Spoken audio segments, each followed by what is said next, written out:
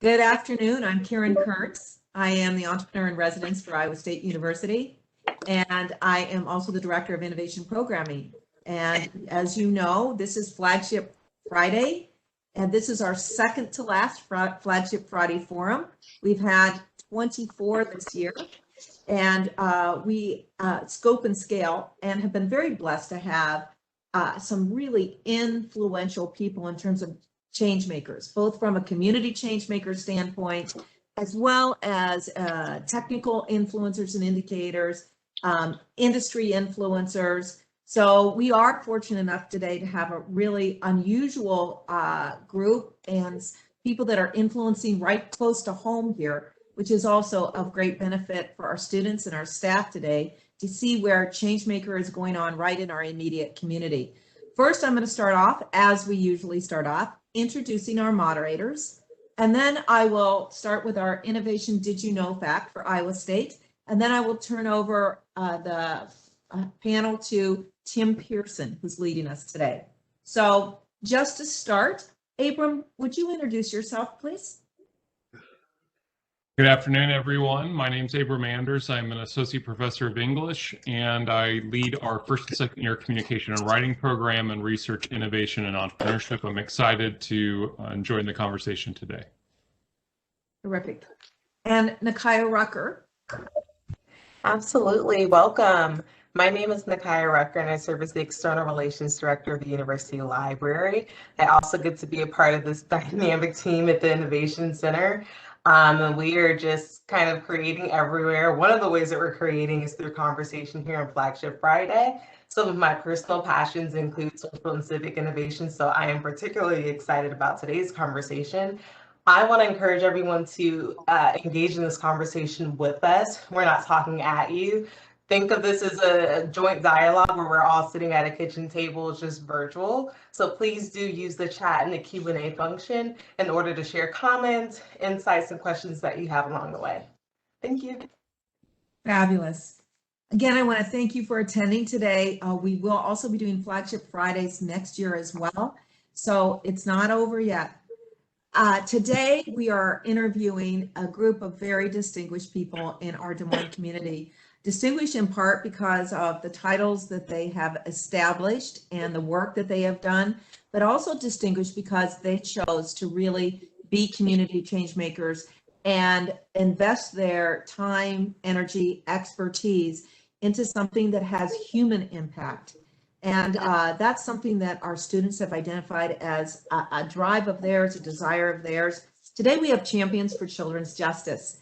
These are attorneys and former judges who innovate as advocates. And we are going to hear today the story of actually 10 leaders who embrace the cause of advocating for children in the midst of divorce and family crises. The Iowa Center for Children's Justice was established to protect and promote the welfare of children whose parents are divorcing or separating. The nonprofit organization and our specialized legal team of advocates provide legal support for children and their families, specifically divorce workshops and legal representation for children, child-focused mediation, parenting coordination, and neutral evaluation. One thing I might suggest is this was a really big shift for how we manage the welfare of children, especially in legal situations. And that has been profoundly impactful from what I was reading and the reviews I was reading and some of the conversations I've had. We just recognize that this is really going to set the bar going forward for how we approach the human components of mediation. So I will first interview Tim Pearson and just turn it over to Tim. Tim is an attorney that I began to know as an advocate in Des Moines. Very engaged and active in advocacy in general. Tim, would you mind introducing yourself and start us off today? Okay, very good. Thank you, Karen, and good afternoon, everyone. Thank you for attending this and listening to what we have to say about what we feel is a very innovative program for the betterment of children who are involved in high conflict divorces. The Iowa Center for Children's Justice is a nonprofit organization that was set up initially last year However, we first were involved starting in October of, I believe, 2017 as Kids First, which was part of an organization from Cedar Rapids, and then we evolved into our own separate organization this past year in approximately May of 2020. We we developed this organization for all of us who have a passion for children. I've been a family law attorney in Polk County, Iowa area for 46 years. And one of the main things I've always seen is that the children are somewhat lost in the middle of a divorce, and particularly in a divorce which is high conflict. And this is where our organization steps in. There are 7 board members and 2 staff members, and soon to be a 3rd staff member, which we'll talk about here shortly. But our board consists of Angie Schutz, who is a longtime family law attorney here in Polk County, Iowa area, and soon to be the president of the Iowa State Bar Association. There's Christy County, who is a lawyer and a community activist here in the Des Moines area. There's Eliza Overham and Douglas Staysco. Both are retired judges, both retired in 2018, and both of them served numerous times on the administrative family law bench in Polk County. And I'd hate to tell you how many family law cases they had to try over the many years while they were on the bench. There's also Liz Brennan, who works in a preschool area with children. There's Rachel Bullock, who is a business entrepreneur, and then Ron Nielsen, who is a retired CPA with Clifton Larson Allen. So we've tried to cover the whole sphere of people that can help and be influential in putting this together. We have 2 staff attorneys that you'll see and hear from today. That is Diane Dornberg and Rachel Lee. We're very proud of them and the job that they have done and the number of cases that they have on their plate and the outstanding job they do in representing children.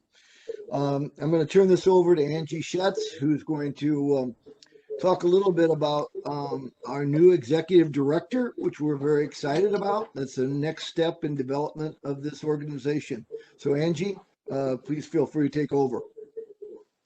Well, thank you, Tim, and thank you everyone for participating, and thank you to Iowa State for having us. We were honored and thrilled to be asked to do this. As Tim mentioned, prior to July 2020, we were part of an organization in Cedar Rapids that had a full-time staff, full-time executive director.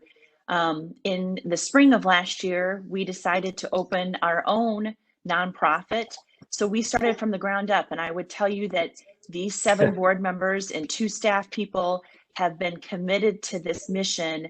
You have no idea how many hours we have spent in restarting and reinvigorating this organization and really taking it from the ground up. We had a lot of great things, a lot of great background built, and we're just excited to take it to the next level. As Tim mentioned, I am a lawyer in private practice. I have done family law for the last 25 years. And so I have seen firsthand with my clients and their children the need for this organization. You'll hear a little bit about our programs later on, but in addition to representing children in high conflict divorce cases, we also provide educational workshops to children, to all children whose parents are going through a divorce in Polk County. And any child that's between the age of 6 and 16 goes to one of the workshops. Those workshops have currently been paused because of the COVID pandemic, but it is our intent and hope that we would restart those August 1st or September 1st of this year. And with that, a child attends a workshop and really learns, age appropriate information about the divorce. It's always surprising to us what kids are told or what they aren't told by their parents about what a divorce means. But it also gives them an opportunity to talk with their peers and to understand that they're not alone in this, that there are other kids who are going through this and they may have similar experiences and may have very different experiences. So just to give you an idea about what other programs, and again, you'll hear more about that. As Tim indicated, we have hired an executive director. She will start April 5th. Her name is Nicole Beeman. Nicole is currently an executive at Orchard Place. She has a long history and commitment to, and quite frankly, passion, quite frankly, for children's issues. Prior to working for Orchard Place, she worked for United Way. And way back when she was a Drake student, she was a volunteer for CASA, which is a court-appointed special advocate involved in, which helps with kids who are involved in the juvenile court system. And it's really there that she really started her passion for children within the legal system. So we're thrilled to have her. And we yesterday she sent me this email about the email she sent to Orchard Place as a goodbye to her colleagues. And I read it, and I have to tell you, I got a little weepy, and I forwarded it on to the rest of the board members, and I just said, we have hired the right person. So we're thrilled to have her, excited to begin this new chapter, and think about how far we've come, quite frankly, in a year. So with that, I'll turn it over to retired Judge Doug Staskell, and he can tell you a little about his experiences. I might ask you before we turn over to Doug, Angie, a couple things I want to touch upon. Yeah.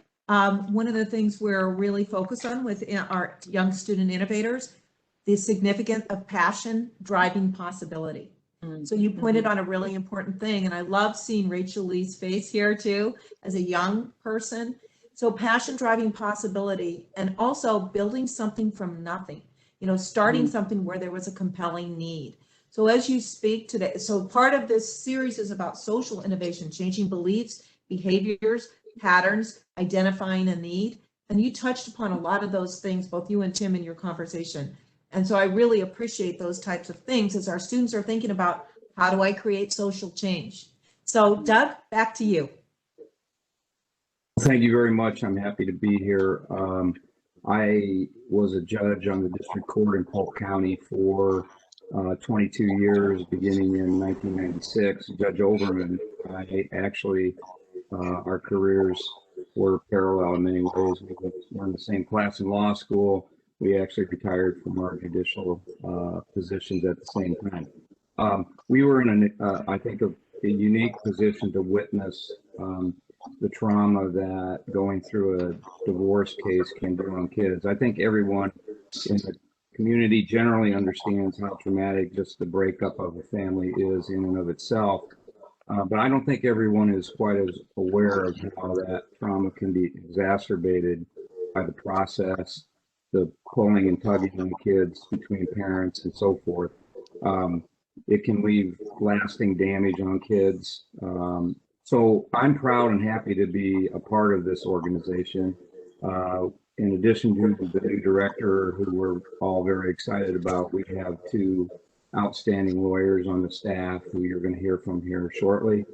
Our function, in my mind, is and should be viewed the same as the function of other organizations in the community, public or private, whose main goal and purpose is to protect kids from trauma and abuse. I think that's how important this organization is. So I would encourage everyone who hears something today that maybe is new to them or brings some awareness to them that they didn't have before, to share that with your family and friends, so that the purpose, function of our organization can be understood and better understood in the community. With that, I'll turn it over to Judge Overman. Hi, I'm Liza Overham, and like Doug said, we both retired from the judiciary in 2018. I was a district court judge, as he was, and part of our job is to decide divorce and custody cases, and it's a huge part of our job. I am sure that I made hundreds of those types of decisions, custody, either permanent or temporary, which is a child lived primarily with one parent or the other, in my career. And I think most judges would say that is, those decisions are among the most difficult that you ever have to make. Part of the reason is you don't always get really good information. The way the typical case is presented, is you have two parents with attorneys, and they each testify and present their side of the case. But there's no independent voice speaking for the child or presenting what the child wants. And in these high conflict cases, as you can imagine, one parent will say, the children want to live with me. The other parent will say, no, the children want to live with me. And there's no independent way to get have their voices heard.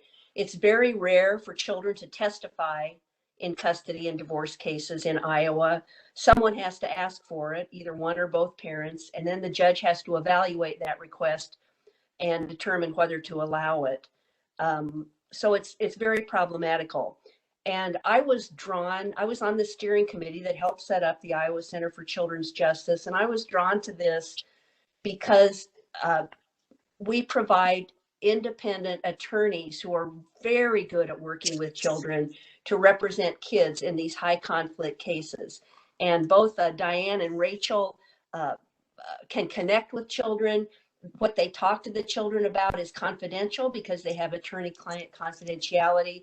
And then they can evaluate, should I request that the child testify? If so, how do they do it? In the open courtroom or back in the judge's office and so forth?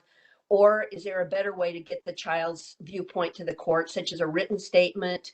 It's a really good way to have the children's voices heard. And that's what really drew me to become part of this effort.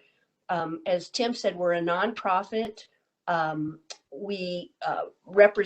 We're funded by grants and donations. So we represent all levels of incomes for the parents. The parents pay for our services, but on a sliding fee scale. So we can represent real low income parties who otherwise would not be able to afford such a service.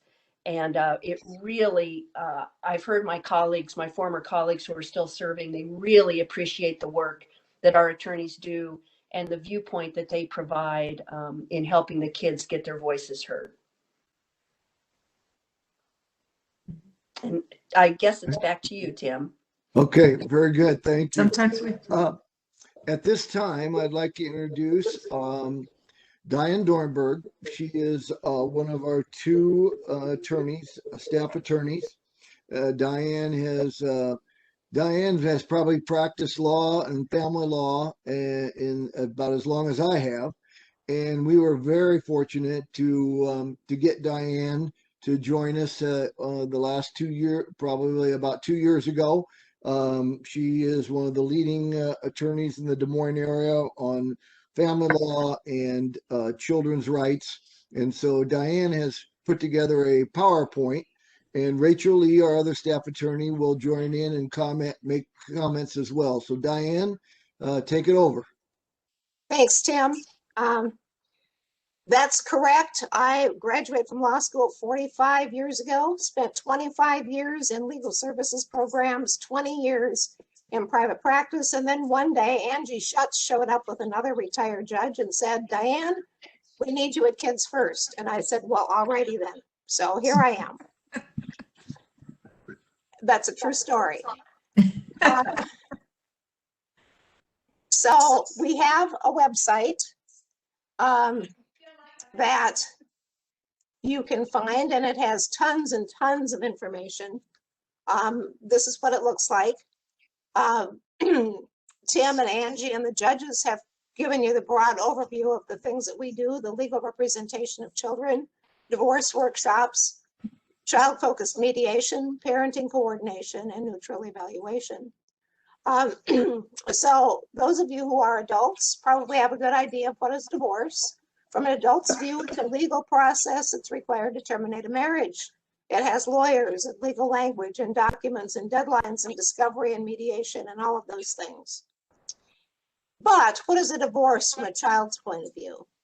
Typically for a child, a divorce is a series of events that begins long before a parent starts the court proceedings. It involves parents getting along, parents not getting along, parents fighting, parents getting together, parents staying apart, relationships with grandparents, relationships with new significant others. Then there's the dissolution proceedings, and the terms custody and visitation enter the vocabulary. And then there's after it's over, new homes, new schools, new adults, the rest of childhood, adolescence, the rest of life. So from our workshops, we have some pictures of what kids see divorce being. And as you look at these pictures, they tug at your heart because this is how kids see divorce emotionally. But remember, we represent kids starting at age 6 and up through 16. And those kids are developing cognitively all the way. And they're trying to understand what's going on. And at various ages, they understand well, and sometimes they just get it all wrong. So now you see why I see why you only get me every other weekend. Kids are understanding, sometimes well, sometimes not. So when the judges decide a custody case, there are 12 factors that they take into consideration.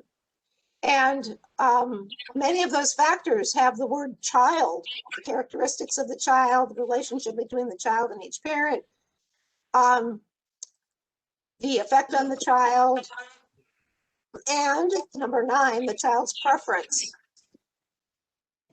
As Judge Over mentioned, usually all of these things about the child are filtered through the lens of the parents.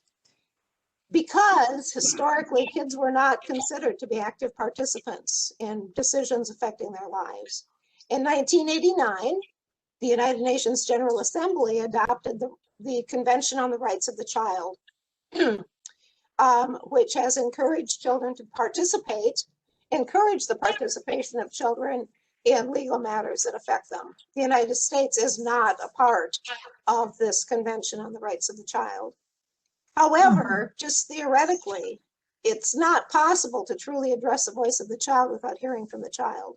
And as far as I'm concerned, it's not just theoretical, it's real. How do you know what the child is thinking unless you hear directly from the child? And so panel, might I ask you a question? Panel? Yes. Yes. What was the trigger? What was the because one of the things our student innovators are looking for is what's the trigger that caused you to believe there was enough of a problem that you had to do something about it and create something for it? How did you discover that? I'm not sure what the answer will be from the judges and the other lawyers, but for me, I remember in law school writing a paper about how cases involving kids needed to have kids represented. Basically, the idea behind the convention from the United Nations. Others might have a different idea. Or can I say, when I was first on the bench, I did not have a lot of experience in family law cases, and really was unaware of how the cases proceeded through court when there were child custody disputes. The problem became very evident to me as I presided over some of those cases where people were calling kids as witnesses or trying to call kids as witnesses in court, just like they would call any other witness, and to observe how that traumatized kids. I mean, Judge Overham can speak from her point of view as how she handled it, but I always didn't allow that to happen. But my point is there weren't any set rules or procedures, and some judges allowed that to happen, allowed kids to be called as witnesses, just like you would call any other witness. So here's a kid sitting in open court in an already frightening situation, being questioned, and there's mom sitting on one side and dad sitting on the other. And I don't think it takes a lot of imagination to understand how traumatic that could be for a kid. So that was how I became aware of this as an issue that needed to be addressed. Thank you. Go ahead, Diane. Okay, so the Iowa Code statute, section 598.12a defines the role of a lawyer representing a child, and then there's a set of court rules that explains exactly what we're supposed to do, and that is child representation, which was the foundational principle of Kids First and of Iowa Center for Children's Justice. So we represent kids who are between 6 and 16 years of age, reside in Polk or Dallas County, have a divorce, custody, modification, child guardianship, contempt, some kind of case involving their welfare, and the case is high conflict, or there's some other factor that warrants a child being represented. So as Doug mentioned, when should a child be represented by a child's attorney? Every single time a child is going to be a witness, that child should be represented.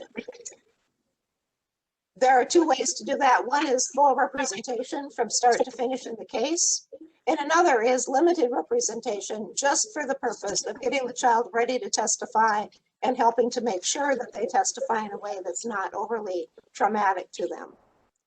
There are other reasons that a child would be represented. If the child has independent views that need to be considered, such as where the parents disagree on what the child's views are, the parents don't really understand or articulate their child's views, or if somebody thinks that the children are being unduly influenced by somebody. Those are cases where the child really should be represented.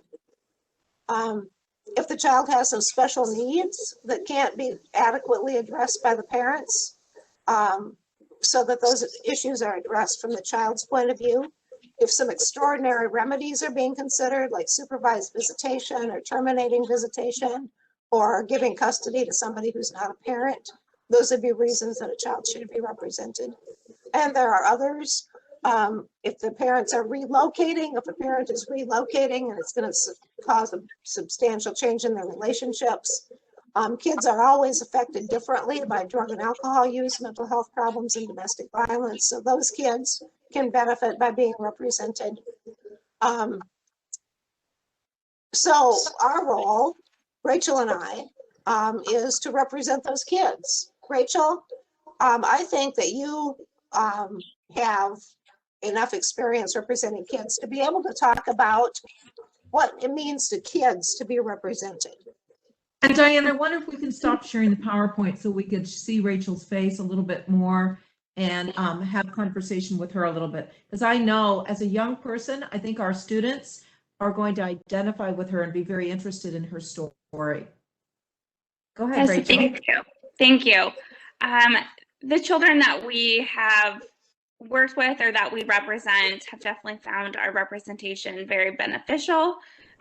There's a quote I wanted to share from a former client of ours that says, "It's important to me that I have my own attorney. Without her, my voice would not be heard. Nobody would be standing up for what I want and how I feel.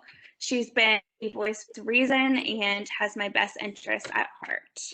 And that was a teenage client that we represented recently. And I think it just kind of goes to show, getting back to the purpose of why a child's attorney can be needed, is in the family law litigation context, it can be very adversarial between parents, and parents can get so focused on what they're wanting and their position in the case, where the child's wishes and what's best for the child kind of gets lost in the mix of things.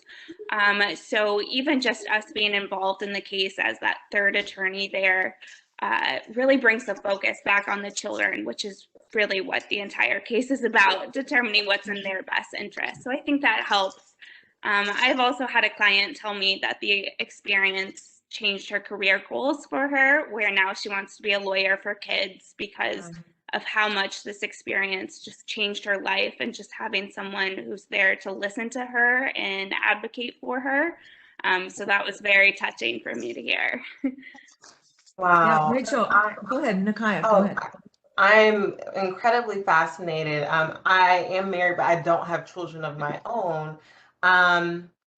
And just listening to this as I'm taking notes, when we think about social justice and what you all are doing, you all are really giving these children a sense of agency. And you're showing them that at a very young age, that yes, you might be under the age of 18, but you deserve to have a say so.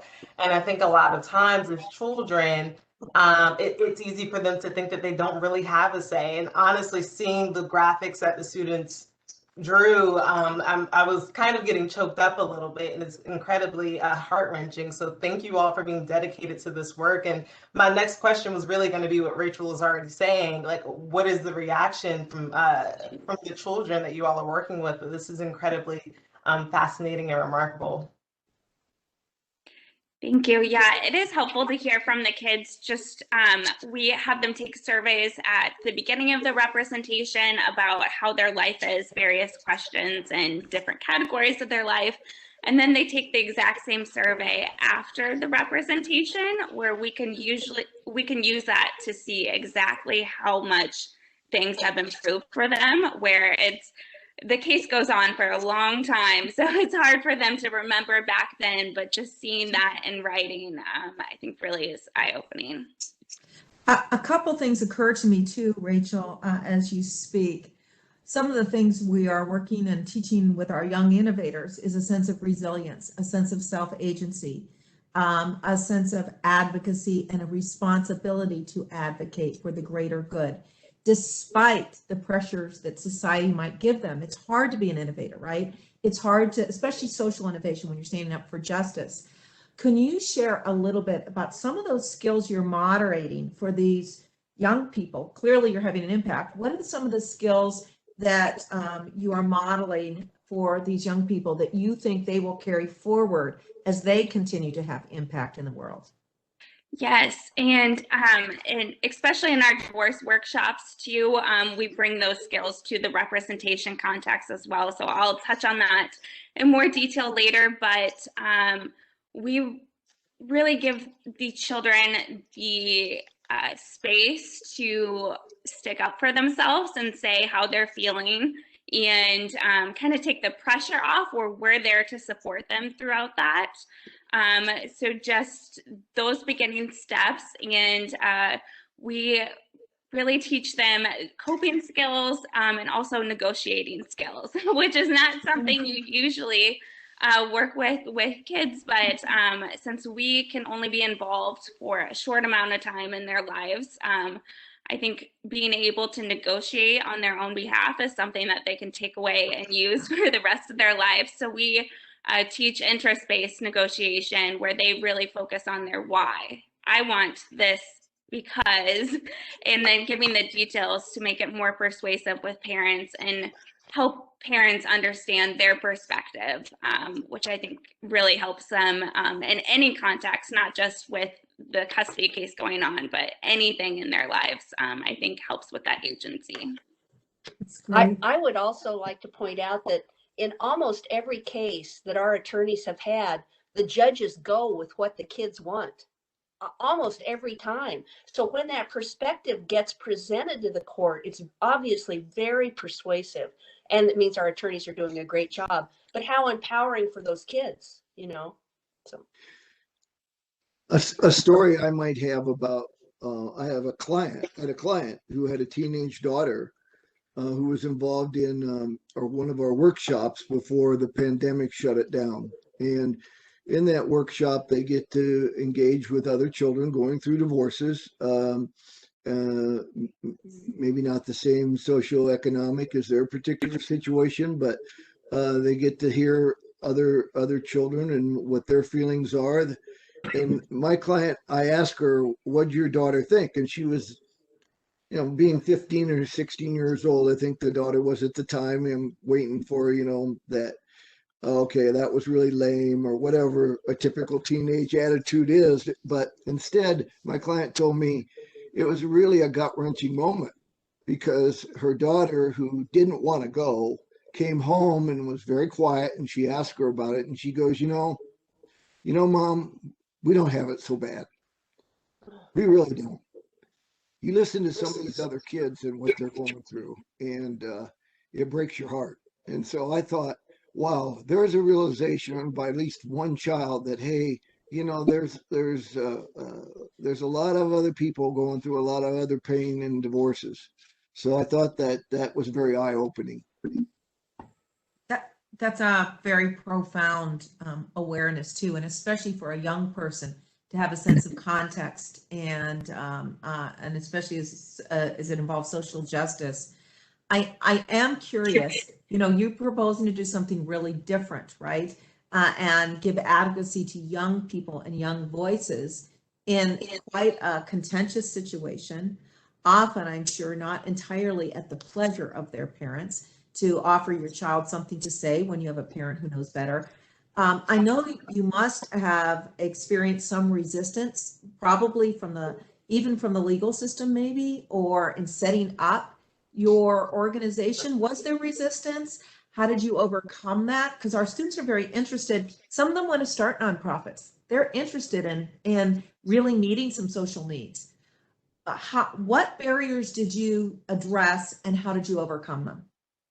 One of the things that that we heard a lot at the beginning was, you're just going to say the kid wants to live with dad because then they can drive a car, or they want to go to Christmas at dad's house because they'll get toy tractors and that's what they want. And it'll be just, they'll want something ridiculous and you'll just go for it.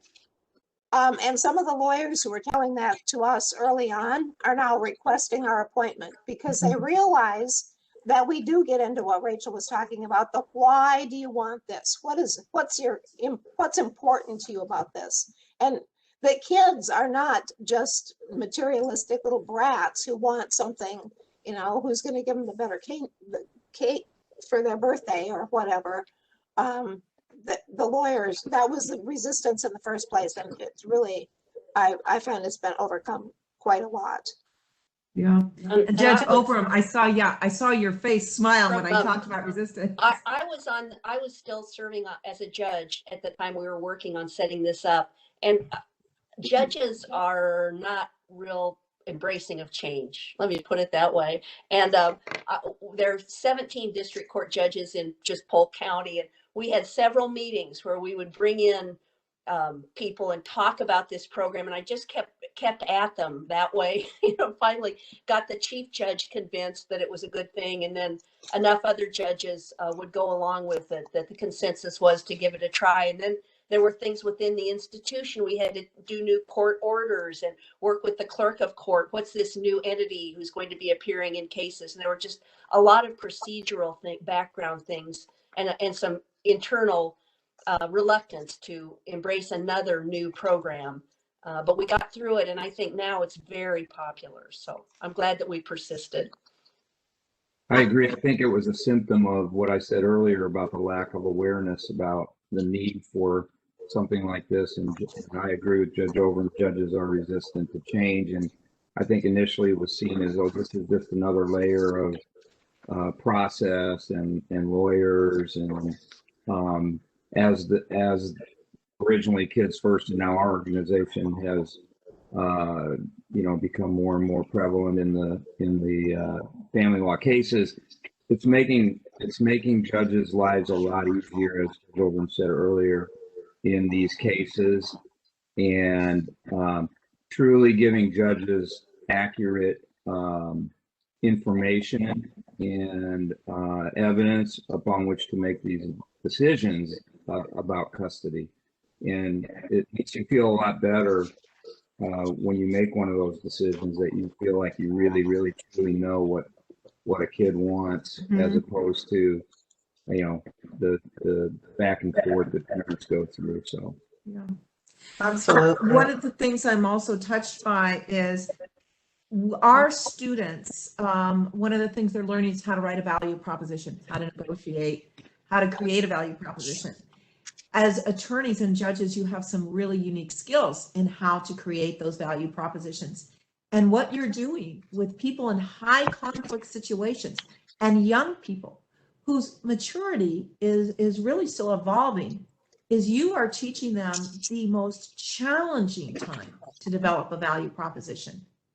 And that if they can do that in times of trauma and in times of stress, and if they know how to negotiate relationships, that is really quite a phenomenal skill that those young people are learning.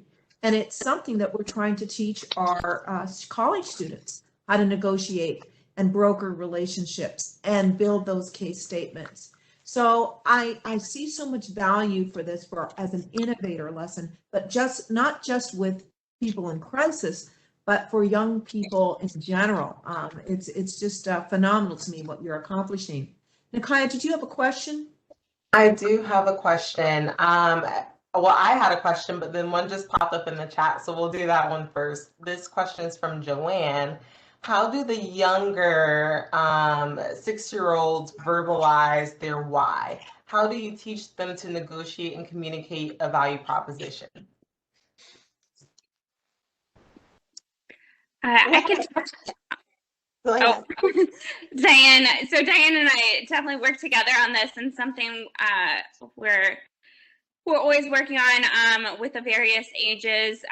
We change our approaches, but with the younger children especially, we help them get to their why by asking tailored questions that they don't even know is getting them to answer their why, such as something as simple as, tell me about your mom, or what do you do at their house, or a booklet that Diane will show here in a second that we recently worked with a 6-year-old with, just with the pictures, answering questions about themselves, about their family, and then we get from that information what's important to them, and we help them communicate that with their parents or with judges.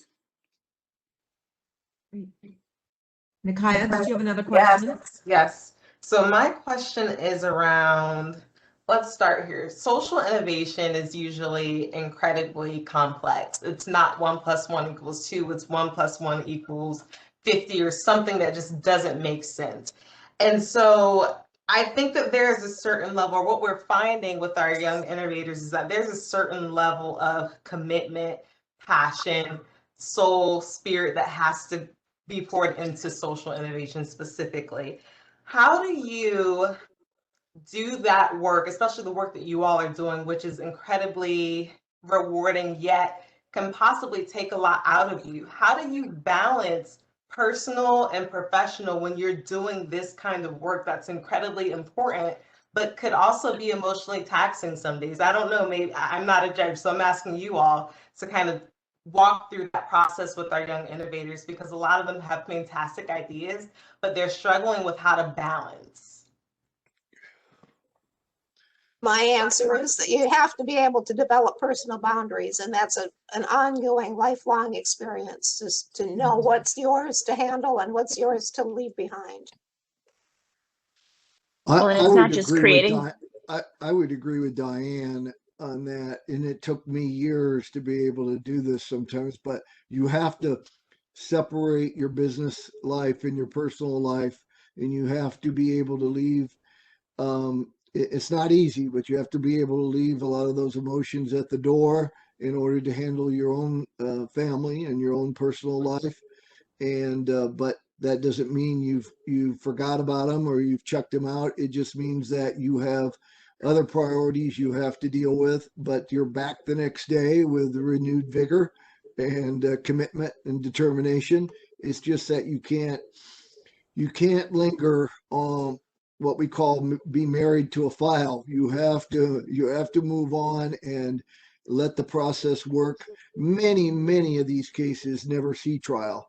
And that's another thing that our organization does, is that our 2 attorneys are committed mediators and are involved in the mediation process a great deal in representing these children. So it is tough, and I'll turn it over to Angie. I think she was going to speak on it. It's not easy to separate those things, but you really, over a period of time, you have to, in order to have your own commitment to your own family. Yeah, and I was just going to say, it's important to create the boundaries, but you have to remind yourself to keep them. And I think that the thing that always helped me keep those boundaries was, quite frankly, getting married and having my children.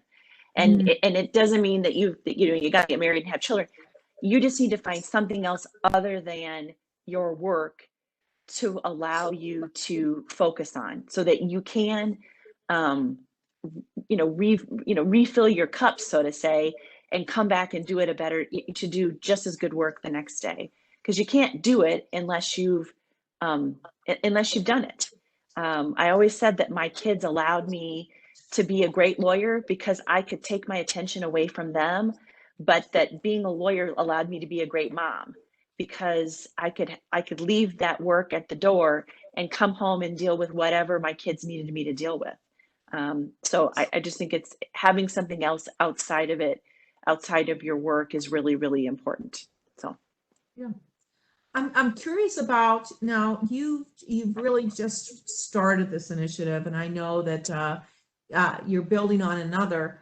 What has been the impact in terms of the justice system and in terms of resolution with families? What are you observing has been significant change, and what's surprising you about that?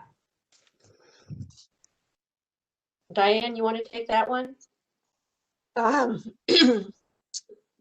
The biggest change that we see internally on a day-to-day basis is that we are getting flooded with phone calls. Can you do this? And I want to move into some of the other transformational things that we're doing because we not only represent kids, but we're doing some other things. And so frequently, several times a day, I'm getting calls from people, from lawyers or parents or grandparents or someone or judges saying, I have this weird situation. Can you handle this? And Yeah. sometimes it's my representation, but sometimes it's one of the other things that we're doing. As Kids First, the focus really was on child representation and the workshops. But we think that families, the litigation part is not necessarily good for families. It's not good for families. Let's just be honest. It's not good for families. And so in private practice, I've developed some other things that we are now incorporating into what we do. We're And so curious about the change that I see is that our services are in demand, and the different variety of things that we do, aside from just child representation, are drawing a lot of attention at this point. Do you want to go ahead, Rachel? Something that I'm noticing as well, just I've have not been in practice very long, but reading just the prior decrees in our cases or agreements versus what we are creating now is just a general shift towards a more child-focused resolution, whether that be by a judge's decision or with parent agreement. And I think that's because Diane and I really try to bring in a different way of thinking to that negotiation process, especially for the cases we mediate as well. Of it's not a win or lose situation that these parents are in. It's really we can get creative and draft an agreement that everyone is happy with, and we can get as creative as we want and throwing in just different options there. And I think that has helped where the focus is really what is best for this child here and what's something that everyone can work with. I don't And think, Diane, go ahead.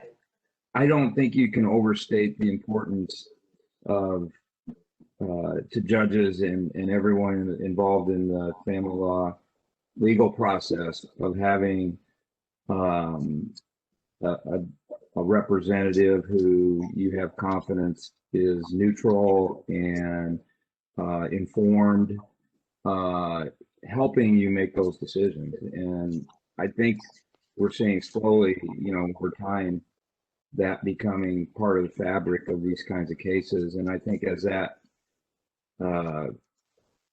goes on and evolves, this is going to be the way that these cases are approached.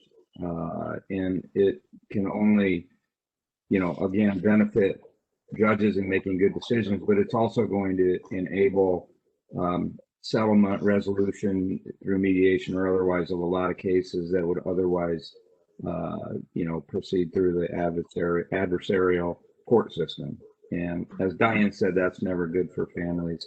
I agree. And so in the long run, this is going to, in my opinion, be a huge benefit, just societally generally. Yeah. Doug, I want to follow up with you on that. What is the impact? So this is a really wonderful model, self-agency, advocacy, but also human-based, very human-based. Do you see this impacting, and I guess this is also a question for Angie, do you see this impacting other areas of law, other areas of practice beyond the justice system as it relates to children? That's a tough question. I think it extends, as I said, to the entire process when families are breaking up, when divorce, or even families where there isn't a marriage, but people break up and then there have to be decisions made about kids. So I'm not sure about how it is affecting other areas, but it's extending, I think, all the way back to the beginning of that process in all of these cases, so that it makes it, when you know that when this happens, there's, there is an organization, there are people who can represent your kids fairly and honestly and neutrally and professionally.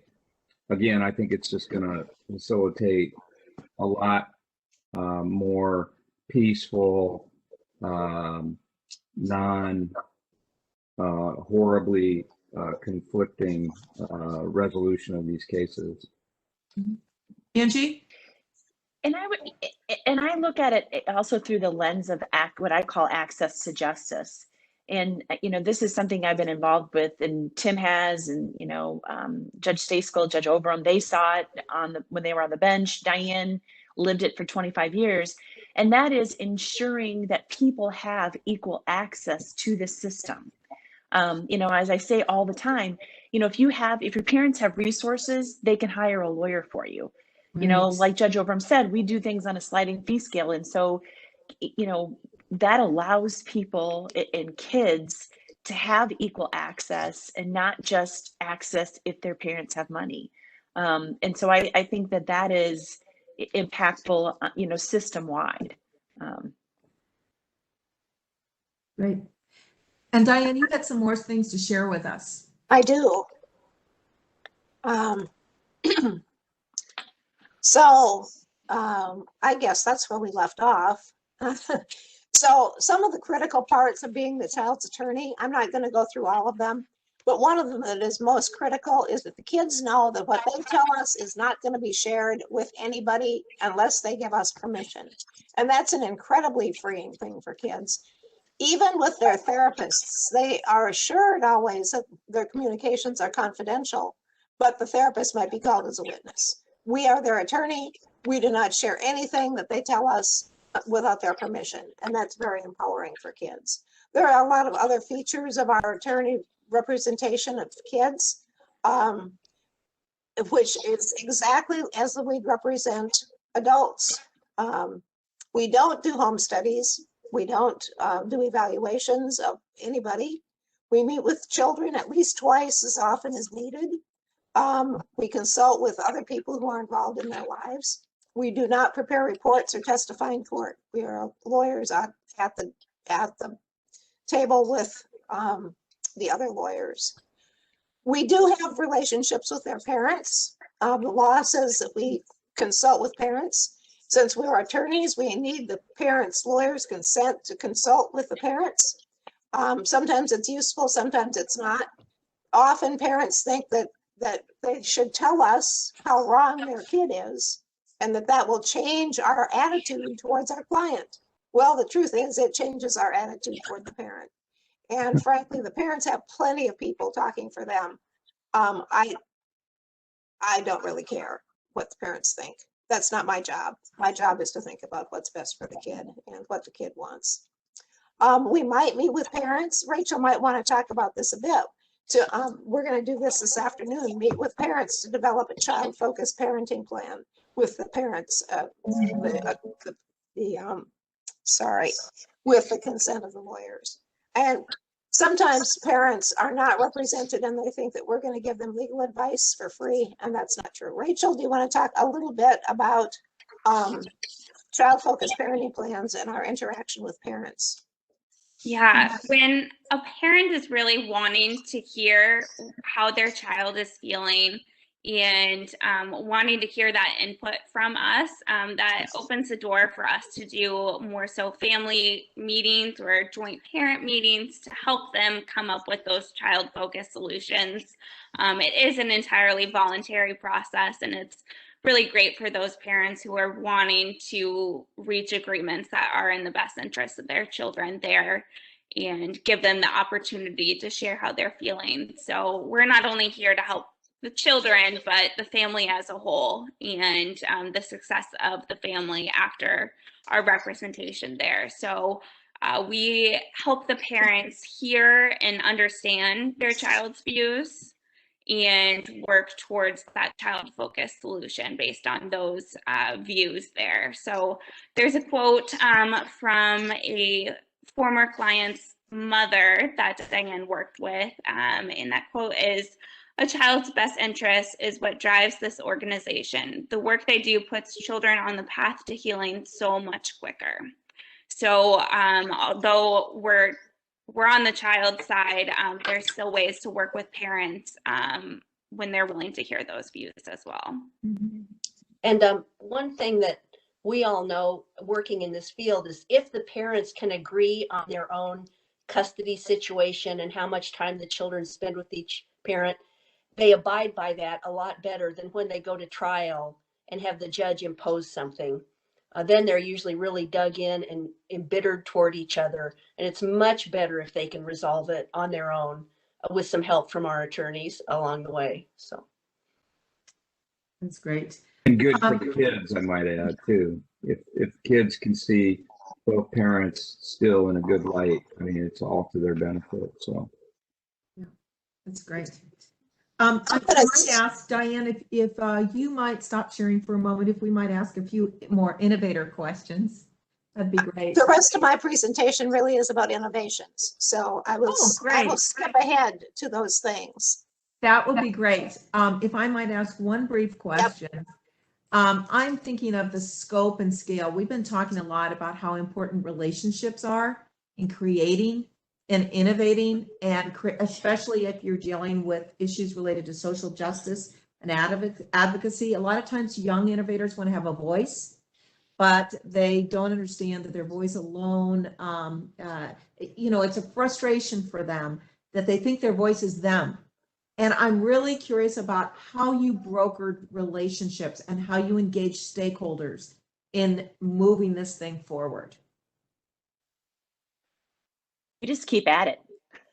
I mean, it's a little like, you just put one foot in front of the other and you just keep at it. I mean, we, for example, we started in 2017. We applied for funding from United Way of Central Iowa, oh gosh, for 3 years before we were finally awarded funding from them. And we built relationships. We used relationships we had. Judge Overham knew several, key people at United Way, and we just kept talking to them. And in some respects, we just didn't take no for an answer. Mm-hmm. And I think, but it's also a conversation about, it isn't always about, well, what can you do for me? It's just that, how can we be better? How can this organization, what feedback do you have? And really just take any opportunity to listen to what people have to say. Mm-hmm. And suggestions. The other thing is, don't forget your own personal relationships. And I would say that, a year ago when Kids First, and the Iowa Center for Children's Justice decided to part ways. I mean, I went to those folks that I knew in the community and said to them, how can you help us? And every single one that I asked for help did it. Because I also, we also knew that this was just too important to let go. I mean, just we had the opportunity to just kind of run it right into the sunset and say it was a great ride. And, we started something, and none of us were willing to say that this is, we're going to let this die. We're just going to take it to the next level. So as you Oh, For go young, I ahead. was going to say, oh, excuse me, go ahead. No, go ahead. I was going to say for young people, you do know people. I bet you know people who can help you. And like this effort was a combination in our world. It was attorneys and judges together that kind of came together to get this going. And you know, professors, you know, people from the community, former teachers, neighbors, whoever it may be. Like Angie said, you know people who can help you. And if you can't, nobody can do anything like this on their own. But if you get a few people behind you, it really is helpful. Then they know other people and they suggest things to you. And that's really, especially, you know, in Iowa, it's not that big a place. That's kind of the way to get things done, I think. I think any innovation is not an event or a happening. And for young people who have ideas and, you know, good ideas, have to understand that it's work, it's a process, it's not something that happens instantly. It's something that you have to be persistent at, you know, learn how to weather setbacks. And if you really have a good idea and you, as Angie said, put one foot in front of the other and stick with it, that's what it takes. It's work. And I think that's true with everything in life, but for young people, I think that's would be my advice. Work, be ready to work at things. I feel from this group, and even the way that you all talk about each other, even how you all talk about the Iowa Center for Children's Justice, there's this sense of camaraderie and teamwork, and you all are using a lot of like we and us and things like that, which feels amazing. And so what would you say to students who are looking to build a team around them, to rally around a goal? What are common things, or not things, what are characteristics that they should be looking at in certain people when they're inviting people in? Because I'm sure that's something that you all considered when you brought this group together. You want to bring together a dream team, someone that you know is going to contribute, people who have different skill sets. So what were those conversations that you all had maybe in this group? And then what advice would you give to students who were looking to build their dream team? I would say, first of all, a group that recognizes the need, and second, to be with a group that has the same passion and commitment. You know, there's lots of people that can be on board of directors and they're just there for name only. That hasn't been the case here. Let me tell you, to put together a nonprofit is hard enough, but to put it together in the middle of a pandemic, people would have said you're crazy to us. But that was not going to happen. We were this group was dedicated to make this happen, and I'm very proud to be involved in the organization. But I say commitment and passion. Find people that are committed and have the same passion and drive that you do. They don't have to have the same views necessarily, because you want different views, you want different thought processes, but the overall goal and the commitment and the passion, I think, is really key. Yeah. Diane, you were going to share some innovations. Yes. And I really am appreciating. Thank you for allowing us to question you back and forth too, because it's you as people are as fascinating to us as what you're doing. So I'm going to skip through what we do in the legal process because it's what lawyers do. And there quickly, as our fee structure is very simple. Per parent, that's the fee schedule, and we bill at $175 an hour at the end of the case if we go to trial. So one of the things that's somewhat an innovation for us, as opposed to Kids First, is taking limited representation for a specific purpose. I talked about one of those being if the child is going to be a witness. Rachel was appointed. Well, actually, I've gotten another appointment in a Lynn County case of all things, but the kids live in Dallas County, to talk with the kids 2 or 3 times and do a statement of their wishes. Just a statement of what they want the court to order in their case. Doesn't have to be the full representation. Then there are some other things that are limited representation. One is, for example, to review the child's medical records and especially mental health records to see if those records should stay confidential or if they could be used as evidence.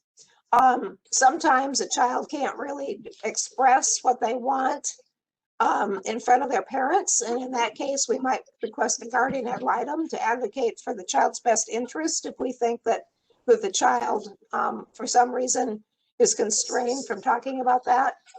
And then I'm going to jump ahead into mediation in a minute, but we could bring the child's wishes into child-inclusive mediation also. And just quickly, here are our numbers as of March 1st for what we're doing so far this year. 81 active kids, 22 trials scheduled. As of March 1st, 2 trials completed. So we're busy. Wow. We talked about divorce workshops. They're sort of an innovation. I think we've talked about them. I want to jump ahead to our other dispute resolution services. Unless, Rachel, do you want to throw in anything quickly about these workshops and the great artwork that the kids did? No, Diane, if you just want to show the next slide there, I think these drawings are a great way to show the impact and just kind of where the children's heads are when they enter those workshops. And I definitely think it is an innovation because parents are required to attend their own classes about the divorce, but there was nothing for kids at all, or just not even a space where children could meet peers going through the same thing. So I think that's a very beneficial part of those workshops. And we have some workshop numbers and some quotes from kids. We, in a normal year, would serve about 800 kids per year, and about 100 workshops. Anything else, Rachel, about the quotes from the kids? No, you can go ahead to the mediation there. Okay. So this is something that changes us drastically from Kids First. We have transformative processes. You're talking about innovations. We talk about it in terms of transformative processes. You know the litigation process. The litigation process is parents perfect their narratives. They convince their friends, their parents, their lawyers of their narrative, and they marshal their evidence in support of their narrative. They present their stories to the judge, hoping that the judge will believe their whole story and not believe the other person's whole story. And then the judge, knowing a tiny bit about their lives, imposes a legal decision which may or may not offer a solution or a healthy path forward. And this also probably includes, as Judge Stayskull talked about, families experiencing trauma from having to relive these past events that cause them so much pain. That's what a litigation process is. A transformative process helps people move out of those win-lose dichotomies. There's nothing like a divorce and the breakup of your family to trigger all of your reptilian reflexes and the win-lose dichotomy. Transformative processes will help people focus on future solutions and move out of the place where they are to a place where they're better able to solve problems and do better in the future. So that's the purpose of our dispute resolution services. We have child-focused mediation. There are 150 or so mediators in Polk County. And many of them are perfectly good at mediating child custody disputes. What's different about us is that we only mediate child custody disputes. In Polk County, most mediations are caucus style, where the mediator goes back and forth between the parents in really a facilitative settlement negotiation. We are also open, we will do that, but we're also open to doing conference style mediation where we meet with people together, the parents together. The typical mediation in Polk County is a single 3-hour session. We are open to doing extended mediations with a series of separate meetings. We can do facilitative, which is the bargaining back and forth, or we can do transformative, which helps people to change where they're coming from. We, like everybody else, are doing a lot of video mediations. We'll also do in person. And one thing that we can do that other people can't is that we can do a 2-mediator team. Rachel and I are both mediators. And we've done that a time or two where there are multiple parties involved, where each of us can talk with one caucus of people and then come back together and distill the knowledge that we've obtained from those the two separate groups, which also means that we're not leaving people sitting alone for an hour while we go and talk to the other side, because we're both talking to people at the same time. But all of this is focused on the kids. We also do something that's Karen, did I interrupt you? No. Keep going. Okay. We do something that is totally unique, and that is we are willing to do child inclusive mediation, which actually brings the child into the mediation process.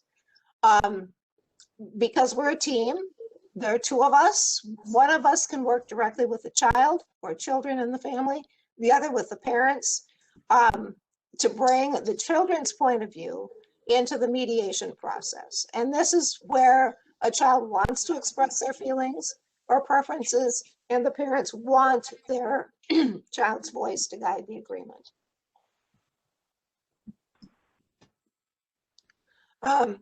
Another type that I mentioned briefly is extended mediation, where instead of meeting for one shot 3 hours and done, or 5 hours or 11 hours, do shorter sessions so that people can do homework, reflect on what they're learning, and process information. That's especially good in developing detailed parenting plans. A lot of the problems that we see after the fact are parenting plans that are not adequate, that don't give people clear expectations. If there's going to be joint physical care, shared physical care, basically 50-50 time, and nobody has any superior time or home provision for the kids, that really needs a detailed parenting plan. And then there are some parents who just can't get along, and they need a parallel parenting plan where they have clear expectations about what each will do, and they don't have to interact with each other. All of this extended mediation is family focused, child focused, and it really helps. It's transformative, innovative in your terms, because it helps the parents develop new communication styles and problem solving. And Diane, I wonder if we might have, if we can go, I will have a couple questions for you, and I'm realizing that we're coming to the end of our time. I wonder if we might offer some of those questions. Sure. That'd be great. Yep. So one of the things I think about is you focused on human transformation and providing plans for families. That's something that seems to go beyond a typical legal process. Would you say that's really one of the definitive opportunities with your group, is that you have those plans? And how do those plans incorporate the other aspects of the child's life, school, counseling, peer relationships? It depends on the family. We tailor those parenting plans to what these kids need in the family. So, the one we're working on today, Rachel thinks will be maybe 3 or 4 pages, and the one that I'm working on tomorrow is about 13 pages. So it really is tailored to what the specific family needs, what holidays they celebrate, what religious holidays they do, who is going to get haircuts for the kids, how the medicine, who's in charge of what. It's very granular, very detailed, and most lawyers, the parents' lawyers, really are more than happy to delegate that stuff to us, because they do not want to talk about haircuts and ear piercings and all that minutia.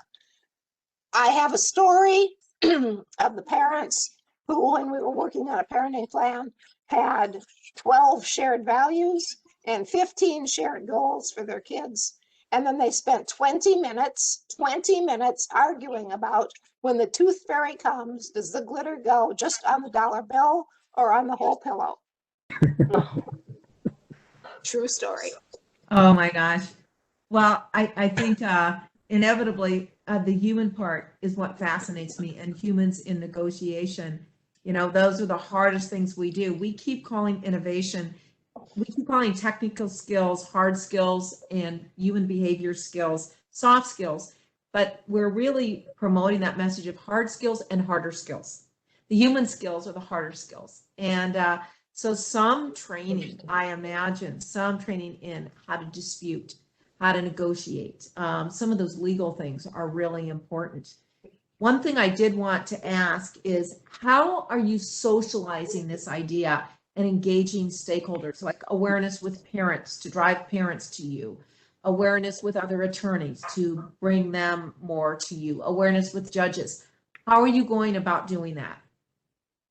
My answer is that I respond and I give presentations to anybody who asks, Okay. which is why I have a PowerPoint. So anybody who asks, I have the whole 9 yards to explain.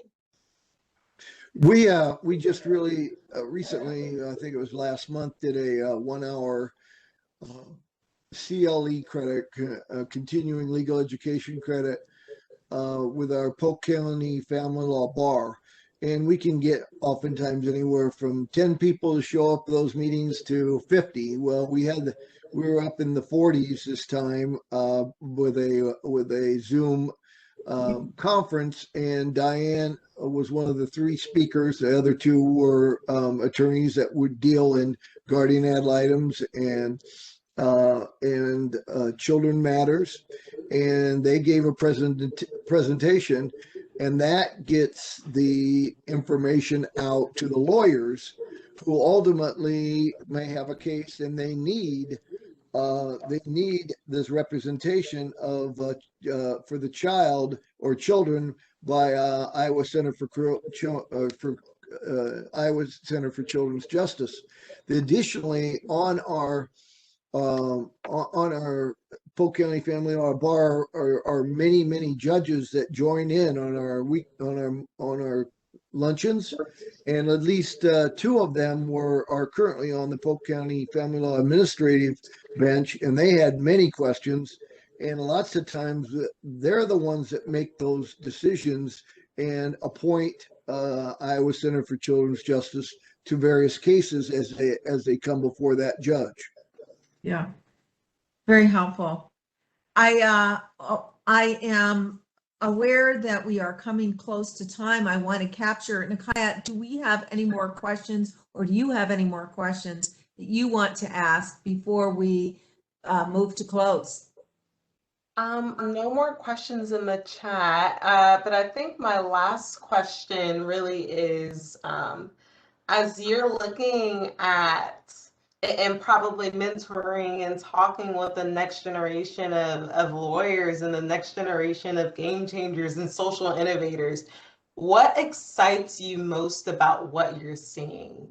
What excites you about the things that they're talking about or they're bringing up? What's the spark that you're seeing that might excite you?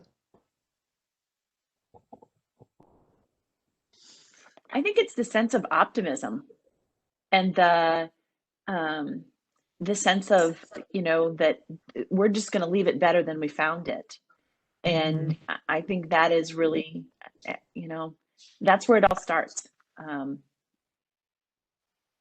think, go ahead. Sorry, Tim.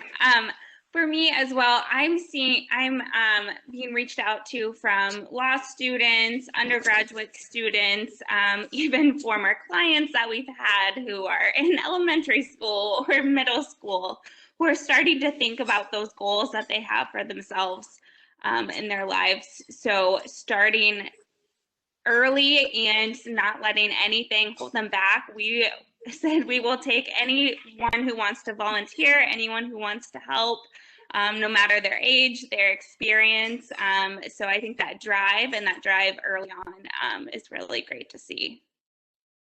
I was going to say that I think that it's optimism is that more and more and more lawyers every year I see are buying into the fact that it is a much better process to try to settle these family law cases, particularly child custody related cases, outside of the courtroom, if at all possible. And more are becoming mediators, and that makes them far more inclined to be willing, when they're being mediated, to be willing to try to settle the case, to try to problem solve, and think outside the box sometimes in getting these cases settled. So I'm optimistic that another generation of lawyers that will take over when I'm long gone will view it the same way. And that is, this is the better way, and is in the best interest of the children and families to try to resolve this, not from a court case, but more so in the terms of mediation and alternate dispute resolution. I think what I'm aware of too, after hearing you speak, is we are moving from transactional to transformative. And I think probably that's the most compelling case, because that's a human case. And then speaking of transformative, Karen, we actually have one last question from an undergraduate student. This is from Ansley, and Ansley's question is, I am a psychology student here at ISU, and I'm currently bouncing around career paths. What is the piece of advice or something about your career that could possibly help me or other students to look into what you were doing? I can touch on this because I just experienced this being a young lawyer here. I had no idea what I wanted to do, even in college, where when I was starting to think about going into the legal profession, I started volunteering at any organization I could that had anything to do with what I was interested in. And I got that hands-on experience, and that helped me realize what I like to do, which was working hands-on with kids and helping them in their life in some point. And I liked working in or volunteering in the legal offices that I was in. So I sought out a organization that kind of combines all those interests that I found were appealing to me. So just getting out there as much as you can. My advice would be, don't be afraid to try things and don't be afraid to fail. You almost can never go wrong if you have a passion about psychology, for example, but you're just not sure what psychologists do or what it's like being a psychologist day in and day out. Don't be afraid to find that out by doing it. You almost never foreclose other things that you can move into in life. And whatever you do, if you end up doing something else, whatever you've done before is going to help you and inform you and educate you and make you a more attractive employee or a successful person, because you'll just have more experience, more knowledge about the world. So I want to be also mindful, one of the big lessons, both in what you're saying, Doug, but also even what you're teaching parents and children, is if you want to be successful in any relational negotiation, really it's less about cooperation and even compliance. It's about collaboration, which is the capacity to be influenced, and both be influenced by and influenced others. That is collaborative and co-creative. And I think this is one of the things our students are really learning, is to allow yourself to be in a position to have the capacity to be influenced, which involves a lot giving up your own agenda for the better cause, whether that's a business cause, a relational cause, a social justice cause, a community cause, to really sublimate your ego for that transformative experience. And so these are some of the things that I'm aware of that you're teaching people, and that is absolutely social innovation. I really appreciate your time today. It's been phenomenal. First of all, to have this panel of experts here, and in particular, Rachel, to have someone of your generation and your passion, and very admirable to see your commitment as a young person to participate in this really significant initiative. I am very grateful for that. So thank you for your time today. Any last words, Tim Pearson? I'm always going to turn to you for last words because I know you always have some. Well, you know, this has been a wonderful opportunity to really turn around some of the shortfalls in our judicial system when it comes to children kind of falling through the cracks. And I think that, you know, obviously it doesn't run by itself. We're a nonprofit. We need help from grants and from donors and other people who are here about us and are passionate and want to join us and want to be involved in us. So if there's anybody out there, please feel free to give any of us a call. That'd be great. And I know on your website, there's opportunities for people to volunteer. And we do have a criminal justice and a great social psychology program at Iowa State University, human development program, child development. There's just a lot of opportunities, I think, to engage with an organization like you that is really helping people understand how important transformation is. So I really appreciate what you're doing. I will say thank you. And then also just to remind you, listeners, that next week we have the author of Smash Innovation and Vice President of IET and member of NASCOM, which is Dr. Gopi Kathragada.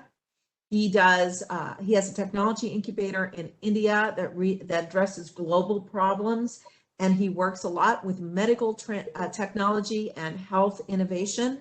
You'll definitely want to hear him. He's doing some interesting thing on the horizon of business startup and development in India, and engaging in some unique partnerships. So we will see you next week, Innovation Anywhere. And thank you for attending today. Thanks. Thank you. Thank you all. Thank you.